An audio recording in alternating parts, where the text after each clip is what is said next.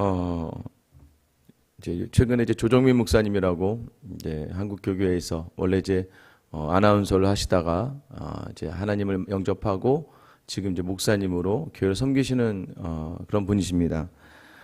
처음에 교회를 가게 된 이유는 아내를 잡으러 가기 위해서. 아내가 새벽마다 이제 기도를 하러 나가니까 저게 뭐 하는 짓인가 한 거죠. 본인은 새벽에 술을 먹고 들어오는데 아내는 새벽에 이제 새벽 기도하러 나가는 걸 보고 하루는 진짜 교회를 가는 건지 안 가는 건지 이제 쫓아왔답니다. 쫓아와서 딱 앉아서 예배를 보다 보는데 막 사람들이 이제 아마 이제 오늘이 교회였던 것 같아요. 기도를 하는데 막 새벽에 막 방언을 하고 막 소리가 막 나고 이러니까 이제 이 목사님께서 야 여기가 진짜 이단이다 이런 게 이단이다라고 생각하셨나 봐요. 그래서 그 다음 날부터 작정한 게 뭐냐면 내가 이 이단을 파헤쳐서 선량한 피해자가 또 없도록 하겠다 해서 새벽 기도를 이제 집중 취재해서 이제 이거를 한국 교회 한국 뭐 언론에 알려서 이제 참 이런 잘못된 곳이 없도록 하겠다라는 작정을 가지고 이제 취재를 시작한 겁니다. 근데 그 취재가 뭘까요? 새벽기도 나와서 새벽기도 말씀을 들어야 되는 거죠. 새벽기도 말씀을 듣는 자리에 이제 앉아서 열심히 막 적은 거죠. 근데 너무나 놀랍게 네 번째 날 정도에 찬양을 하는 중에 정말 그 성령의 그 은혜가 그 목사님에게 임한 거예요. 눈물이 흘러나오고 예수님을 고백하게 되고 그 자리에서 회심하게 되고 그래서 47살에 아마 이 신학을 시작하신 걸로 제가 알고 있어요. 그리고 지금은 이제 젊은 목회자들이나 또 한국교회에 좀 신선한 충격을 주면서 교회가 건강하게 성장하고 있습니다. 그분이 그 자리에 설 수 있었던 것, 하나님의 은혜 외에는 설명할 방법이 없는 거죠. 하나님이 행하신 일들 중에 가장 우리에게 큰 보람과 기쁨을 주는 자리는 교회를 향하여서 비방하고 또 교회에서 핍박하던 많은 사람들이 그 믿음의 자리에 서게 되는 것. 그래서 믿음의 진정한 승리는 우리가 싸워 이기는 것이 아니라 그 사람들 안에 그리스도가 살게 되는 것인 것 같아요. 오늘 그래서 사도 바울은요, 자기에게 오신 예수 그리스도 또 예수를 받아들인 이후에 모든 자리들, 그 자리들마다 특별히 하나님 나를 이끄셨다라는 것을 강조합니다. 지금 갈라디아 교회가 계속해서 바울의 사도권을 부정하려고 하니까 내가 예수께로부터 그리스도 예수의 계시로 이 사도로서 부르심을 받은 것이다 라고 강조합니다. 그러면서 18절에 오늘 보면은 그 후 3년 만에 내가 게바를 방문하려고 예루살렘에 올라가서 그와 함께 15일을 머무는 동안, 여기 보시면 게바가 베드로죠. 3년 동안 아라비아에서 전도를 하고 다메섹에 있다가 그 다음에 베드로를 방문하려고 예루살렘으로 가게 되었습니다. 예루살렘에 머문 동안 15일을 머물렀다라고 이야기해요. 여기서 게바를 방문하다라는 표현은 게바와 교제하다라는 의미를 가지고 있고, 심지어는 이걸 좀 더 심화시키면 다른 성경 버전에는 베드로를 신방했다라는 표현으로 사용되어지기도 해요.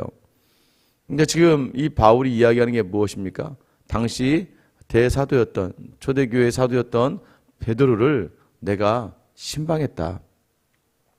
이런 이 표현이 굉장히 좀 바울에게 있어서, 바울이 지금 사도권을 본인이 변호하는 데 있어서 굉장히 사람들에게 쉽게 이야기해 주는 거예요. 내가 베드로를 신방할 정도로. 그러면서 또 하나를 이야기하는데 그것이 무엇이냐면 19절이죠. 주의 형제 야고보 외에 다른 사도들을 보지 못하였노라. 자, 보세요 여러분. 사도는 그 당시에 예수님의 제자들 외에 없다라고 했었는데 지금 본문에 등장하는 이 야고보는 예수님의 형제 야고보예요. 왜냐면 이 야고보는, 요한의 형제 야고보는 이미 사도행전 12장에 보면 초대교회가 시작할 때 이미 그 헤롯에 의해서 죽임을 당하죠. 지금 이 형제 야고보, 예수님 형제 야고보, 그러면서 뭐라고 이야기했다고요? 형제 야고보 외에 다른 사도들은 내가 보지 못했다. 그러면 예수님의 형제 야고보도 당시에 사도로서 많은 사람들의 인정을 받고 있었다는 것이죠. 그러니 야고보도 예수님의 동생으로서 예수님과 함께 했고 그도 교회의 사명을 맡아서 교회를 감당했던 사도 중에 하나다. 이게 결국 무엇을 강조하기 위함이에요? 나도 다메섹에서 예수를 만났고 예수님이 이방인의 사도로 나를 부르셨다라는 것을 강조하기 위해서 이 이야기를 하고 있는 것이죠. 그러면서 20절에 보면 보라 내가 너희에게 쓰는 것은 하나님 앞에서 거짓말이 아니로다. 모든 말이 하나님 앞에서 거짓말이 아니라고 강조합니다.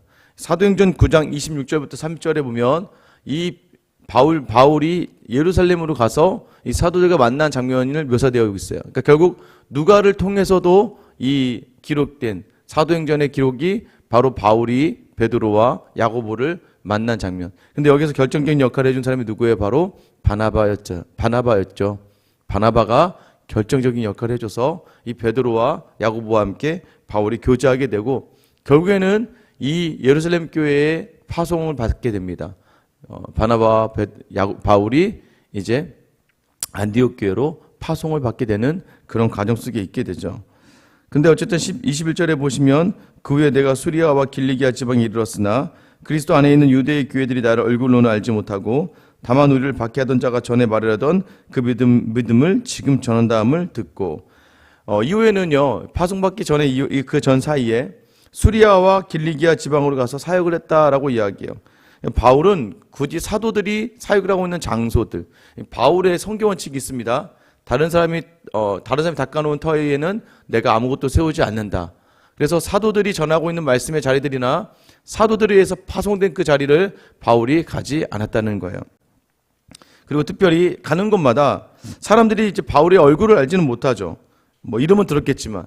그래서 바울이 전하는 말씀을 듣고 그들이 얼굴은 알지 못했지만 그 자신들을 박해하던 자가 지금 그 멸하려던 그 믿음을 전한다함을 그들이 들었을 때 여러분 이것이 바로 진정한 믿음의 승리 아니겠습니까? 그러니까 크리스찬 우리 성도의 승리는요 세상과 싸워 이겨라 라는 것은 무엇이냐면 세상보다 더 우월함을 가지고 있어라, 세상 사람들보다 더 많은 것을 가지고 있어야 된다, 세상보다 더 뛰어나야 된다, 세상보다 더 힘을 가져야 된다는 것을 이야기하는 게 아니에요. 세상과 싸워 승리한다는 그 개념은요 우리의 믿음을 보고 저들이 하나님이 계신지를 아는 거예요. 예수 그리스도가 계신 것을 알고 그 다음에 뭐예요? 삶의 모든 자리에서 누구를 찾는 겁니까?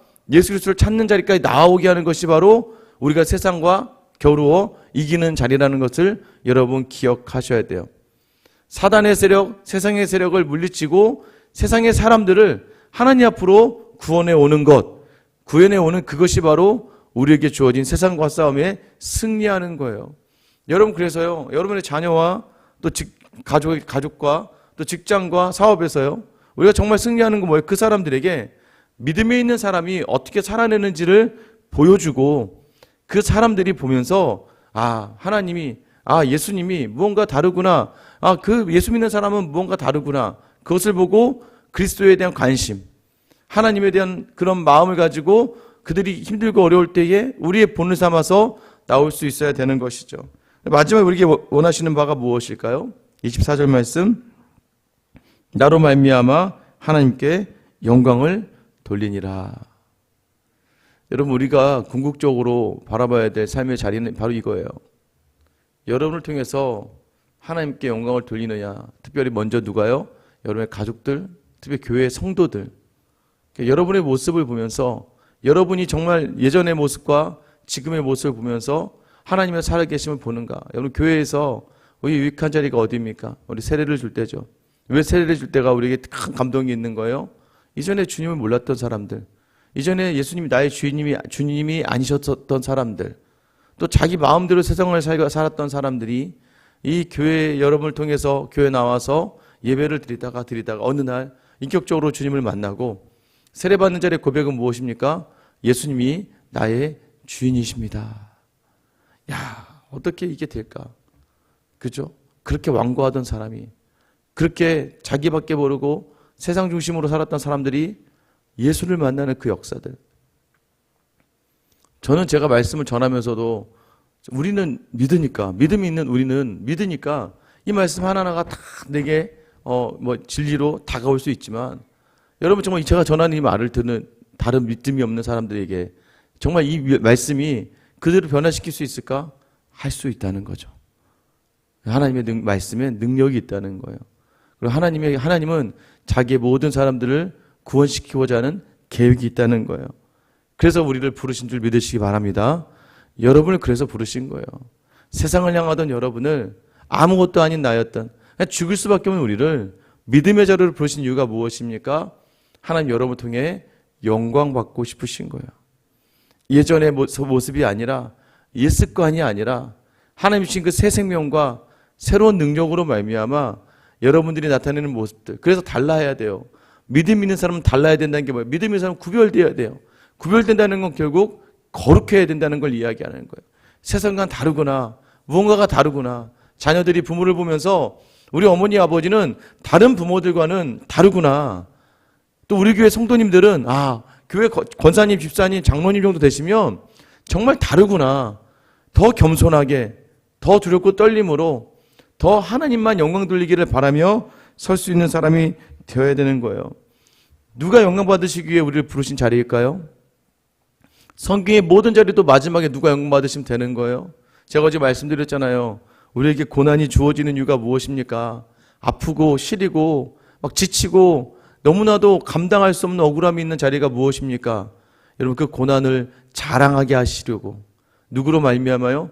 예수님을 붙들고 예수님과 함께 했던 그 시간을 통하여 자랑하게 하시는 거예요. 마지막에 이 노년의 권사님들이 보여줬던 모습들이 뭐냐면 남편들이 다 예수를 믿게 되는 거. 정말 한 권사님이 계속 남편을 위해서 눈물로 기도하는데 지금은 남편분과 함께 새벽 기도를 나가고 계세요. 그 새벽 재단이 예전에 이 남편을 위한 기도의 눈물의 재단이었는데 지금은 남편이 함께 눈물을 흘리며 기도하는 재단이 되고 있어요. 여러분, 이런 정말 감격과 감동이 있지 않으면 예수 믿는 맛을 누릴 수가 없는 거예요. 여러분, 우리의 삶의 자리가 여전히 세상은, 또 가족들은, 직장의 사람들은, 주변의 사람들은 우리를 향하여 미련하다고 이야기하고 예수 믿는다는 게 도대체 뭐야 라고 이야기할 때 여러분, 오늘 예수님과 동행하는 삶을 놓치지 마시고 다시 한번 마음 다해서 여러분의 가정과 직장 안에서 오늘 하루의 모든 자리에서 예수 믿는 사람, 주님 앞에 은혜 받은 사람, 은혜를 받았으니 은혜로 반응해야 되지 않겠습니까? 은혜를 받고 나서 세상으로 반응하니 여러분, 그 자리에 능력이 있겠습니까? 오늘 다시 한번 하나님만 영광 돌릴 수 있는 믿음의 사람, 나의 고난과 아픔과 분쟁과 갈등과 여러 가지 상황을 통해서도 반드시 영광 받으실 하나님을 기대하며 오늘 삶의 자리를 주신 은혜로 말미암아 감당하고 나아가는 하나님의 자랑이 되고 기쁨이 되는 귀하고 복된 하루가 되시길 예수님의 이름으로 축원합니다. 기도하겠습니다. 하나님, 오늘도 우리를 이끄는 힘은 바로 말씀이고 복음입니다. 하나님, 돌아보면 그 어느 것 하나 주님 앞에 자랑할 것 없는 나를 그 주님이 창세전부터 택하시고 불러주신 자리, 하나님 늘 위로하시고 늘 격려하시고 늘 하나님 안에 거하게 하시는 주님, 오늘도 여전히 나의 삶을 통하여 하나님만 영광받아 주시옵소서. 더 말씀으로 집중하며 나아간 하루가 되게 하여 주시고 은혜로 주신 자리이기 때문에 은혜로 반응하며 나아가는 귀하고 복된 정말 귀한 하루 살아내는 우리 성도들 다 되게 하여 주시옵소서. 오늘도 여전히 우리를 위하여 끝까지 하나님의 아들로 오셔서 그 고통의 자리를 변명과 핑계대지 아니하고 감당해내신 우리 주 예수 그리스도의 이름 받들어 기도드립니다. 아멘.